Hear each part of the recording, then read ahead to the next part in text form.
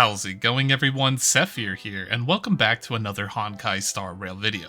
Today we're going to take a look at all of the 4-star characters in the game and rank them in a tier list. This is going to let you know what is worth to invest in, and trust me, some of these characters are even better than 5-star characters. You're going to want to pay close attention to this one. Let's go ahead and dive right in.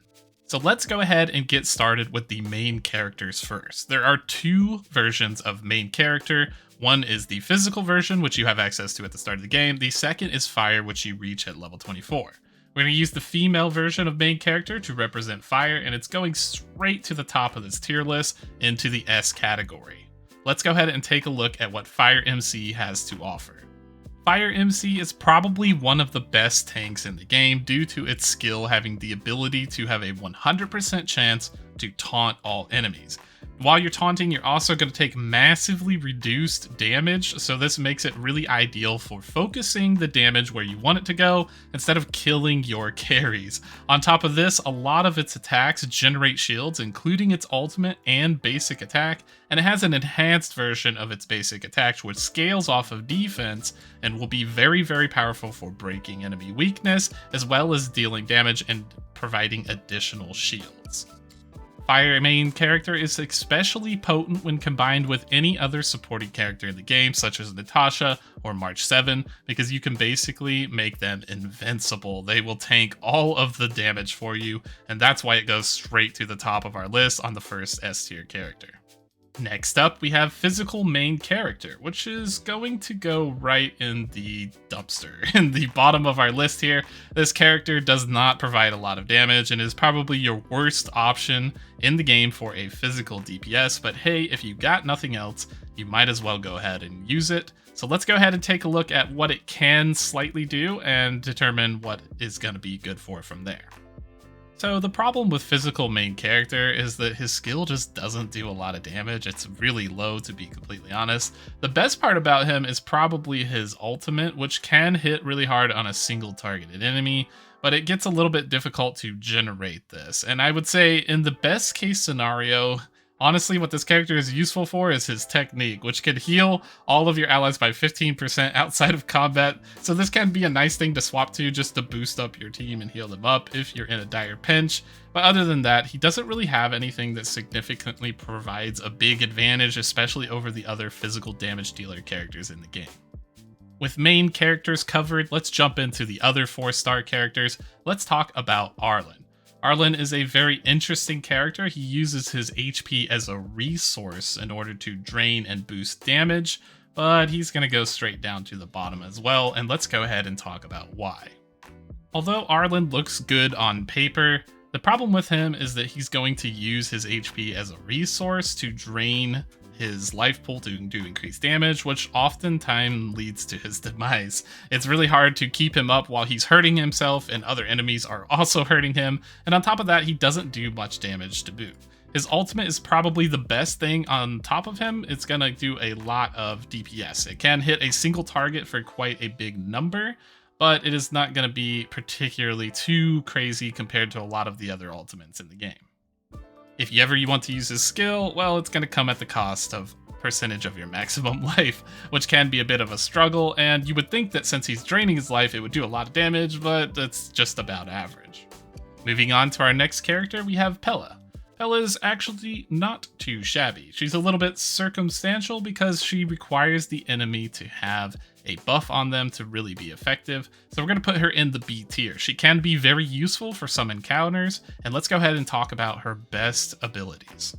The absolute best ability for Pella is going to be coming from her ultimate. Her ultimate is going to lower enemies' defense by a set amount, which is quite high, especially if you level it up, and it's going to last 2 turns. So this will actually increase the damage output of your team by quite a significant amount. However, it doesn't have a whole lot of bang behind it. It doesn't do much damage at all, to be honest. And on top of that, her skill is very useful for removing buffs from enemies. It does a moderate amount of DPS, but if you really need to strip a powerful buff off of an opponent, this is going to be one of the go-to choices to use. Moving on, we have Asta, and Asta is not too bad, not too great either. We're going to put her right into the B tier. She has a little bit of an awkward role as she tends to try to provide some sort of speed and support buffs to units, so let's go ahead and take a look at her. Asta is a very RNG based character with her skill hitting completely random targets. That's right, it's going to deal a small amount of fire damage and then do extra fire damage to random enemies, so it's going to be very hard to pinpoint who you want to attack with this. One of the better parts about her is going to be her ultimate, which is going to provide a speed boost to all allies. This is going to help allies take turns faster, and once they take their turn, This is going to help allies take turns faster, and once they take their turn, they're going to regenerate that turn back on the list and get back up into the action more quickly. So this can be a decent tool when paired with characters that need the speed. However, for the most part, she's just a little bit lackluster. I will make a small note that Asta has something to do with fire weakness, which we haven't really seen be generated into the game currently. In addition to that, she has some sort of bonus ability down the line, which will increase all fire damage. So if we ever run into a meta where fire characters are particularly strong, this might actually flare back up and become a little bit better. And now we have one of the best 4-star characters, Heng. We call him Dan, but he is very, very powerful. And he's going to go straight up to the S tier as well. He is going to be one of the better sources of single target damage in this game, right under Sealy, which is a 5-star banner character for the special banner. And this guy does a lot of DPS. Let's go ahead and see why. Dan is one of the first characters that you'll be introduced to. That makes him even better because you're going to get access to him super early, but a lot of his power comes from the ability to do extra damage to targets that are slow, that have their speed reduced, and you can trigger that by critting with his skill. His skill does do a pretty strong amount of damage as well, so it's a nice addition. His ultimate is where he really shines, as it will do a crazy amount of DPS, especially if the target is slowed, and this character pairs fantastic with characters like Welt, with the imaginary buffs that will slow down enemies, and Shampoo as well, who will also give a buff for wind and slow enemies as well. And if you thought Dan stopped there, he doesn't. Whenever he gets buffed by anything at all whatsoever or targeted by an ally's ability, he's going to get wind resistance penetration, which is going to increase his raw damage output, and this ability is really, really good. With Dan the man out of the way, let's go ahead and move on to our next character, which is going to be Hook. Hook is a surprising character. Most people sleep on this character, but I'm going to put it straight into the A tier. This character is capable of dishing out a ton of single target damage and is probably one of the few fire sources, especially for 4-star, that can actually do DPS. Let's go ahead and take a look at Hook now. Hook has some crazy scaling potential, especially when you have a character on fire. Her main talent is going to increase the amount of attack damage that she deals and regenerate you extra energy as long as the target is burning. There are several ways to inflict burning, and let's talk about them now. First up, whenever you use the ultimate, you're going to enhance your skill ability. This is going to be a core component to Hook, as it will deal quite a large amount of damage and power up your skill.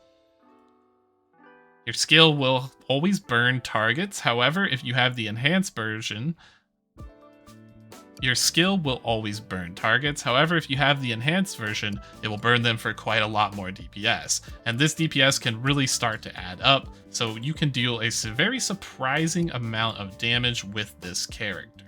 With the fire character out of the way, let's move on to the queen of rock and roll. That is going to be Serval, and Serval is very, very good. She's going to go straight up to the S tier. This is one of the better erudition or AoE characters in the game, and she has lightning as an element, which we don't have a lot of right now. Let's go ahead and take a look at her.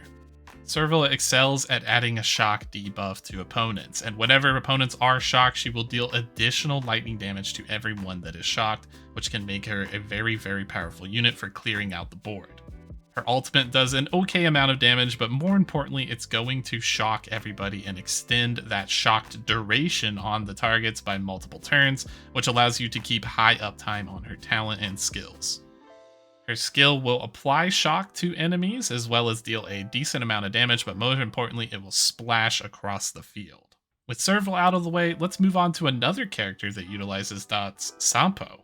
And Sampo, at first I thought he was quite bad, but he's actually very good. He could do quite a lot of damage, and he could do quite a lot of damage to multiple opponents. So we're going to put him straight into the A tier. Sampo is a character that is pretty good at the first Eidolon level. However, if you get more copies of him, he becomes significantly better down the line and does quite a lot of damage. Sampo's main talent is going to allow you to have a chance to inflict wind shear, which can stack up multiple times. So this is a completely damage over time based character. So the more dots you can add onto the target, the better it's going to be. His skill is going to allow you to deal multiple instances of wind damage, which is going to allow you to rack up that damage over time from wind shear very, very quickly. His ultimate is also pretty unique as it does a good amount of damage, but more importantly, it's going to increase the amount of damage over time that the targets are taking for 2 turns, which can be very deadly, especially when paired with burn characters, and it really opens up a different style of play in the game. Other than just dealing direct damage, you can now build a damage over time based comp. With the damage over time master out of the way, let's take a look at one of the other base characters that you're going to get in the start of the game, and that's going to be March 7. March 7 is one of the best, if not probably the best preservation characters in the game, and it's going straight to the top of the list in the S tier. Let's go ahead and take a look at her abilities now.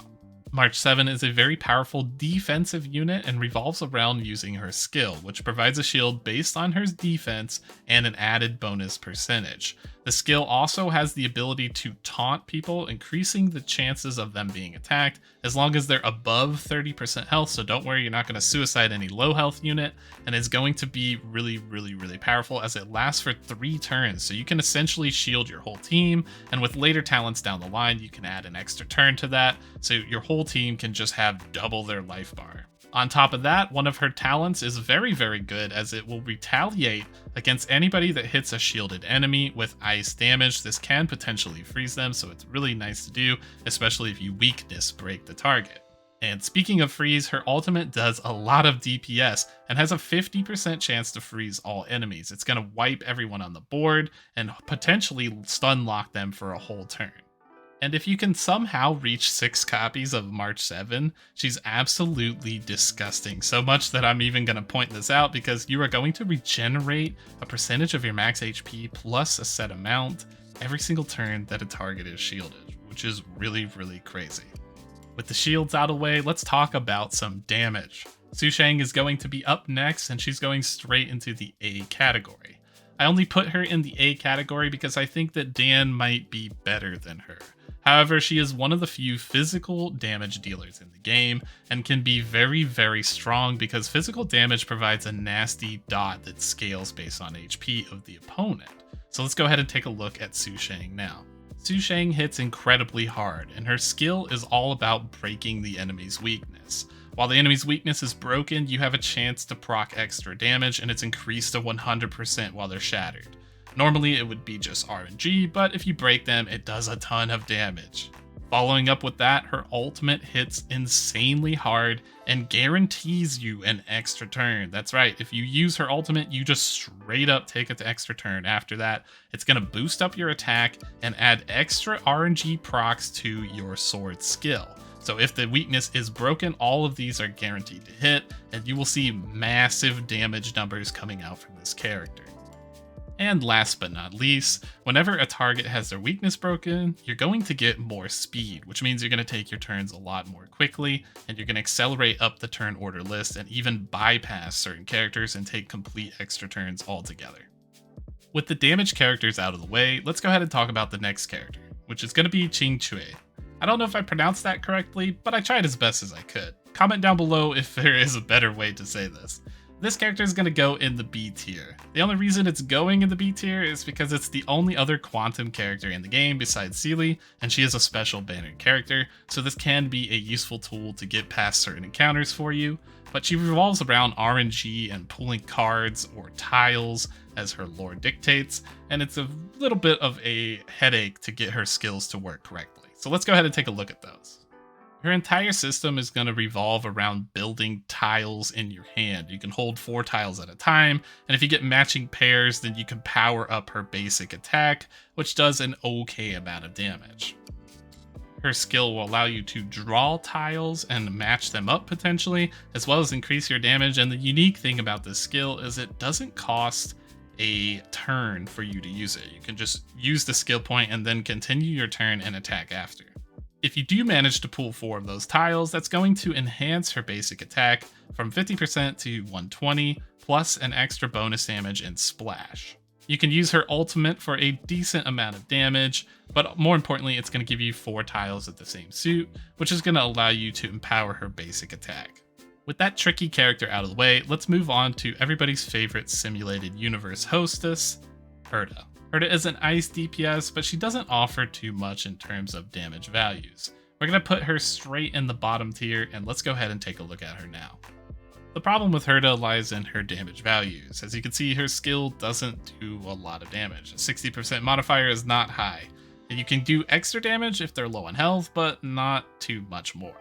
The ultimate does an okay amount of damage to all enemies, but has no real special effect. The best thing about the character is probably going to come from her talent, which is going to allow you to get a follow attack for free whenever the target reaches 50% or lower. But this is only going to proc 1 time per enemy, so unless the enemy is healing up somehow, this is really not going to matter too much. In addition to that, she gets a slight stacking crit buff from this every time it procs, but it doesn't really feel like it's ever going to reach too much since her base damage values are low to begin with. Next up on our list, we have one of the few healer options in the game, and that's going to be Natasha. Natasha is going to go into the A tier because, well, you got no other choice. Unless you have managed to pull Bailu, which is a 5-star, there's really not much you can work with here. She is decent, however, the heals are very powerful. She has a single target heal over time, so let's go ahead and take a look at her skills now. Natasha focuses around providing a strong healing burst with a damage or heal over time effect added to it, which can be quite nice, and her ultimate will allow you to heal your entire roster, which is really powerful because it will definitely keep your team alive. In addition to that, targets that are super low on health will provide extra healing bonuses. Her talent mirrors that effect and will also, once again, increase her healing output to any target that is low. In addition to that, she has a sort of safety net on her, which allows her to heal herself instantly without taking action whenever she drops below 30%, so this can be really useful for keeping her alive. And last but not least, we have Tingyun. Tingyun is a very powerful lightning supporting character, and she's going to go in the A tier. I would place her in the S tier, but there's a few drawbacks to using her, and you might need to have a specific team comp to utilize her fully. Let's go ahead and take a look now. Tingyun excels at supporting her other allies, boosting up their attack, and she scales entirely off of raw attack, so it can be a very strong boost to your carry character. In addition to that, her ultimate can funnel energy into other characters and increase their damage even further. And finally, whenever Tingyun attacks a target, you will deal additional damage as long as you have a target buffed from your team, and whenever that team member deals damage, Tingyun will also add in bonus lightning damage as well. Her technique can be really useful to power up your ultimate before the battle even begins, so this can be a nice added bonus. And the only reason I think that this character is A tier instead of S tier is that she is a bit skill hungry, and a lot of her bonus damage comes from later on Ascension talents and is locked behind her Eidolon tree. And there you have it. This is going to be my 4-star tier list, so this should help you decide what characters you want to build and how strong they actually are within the game.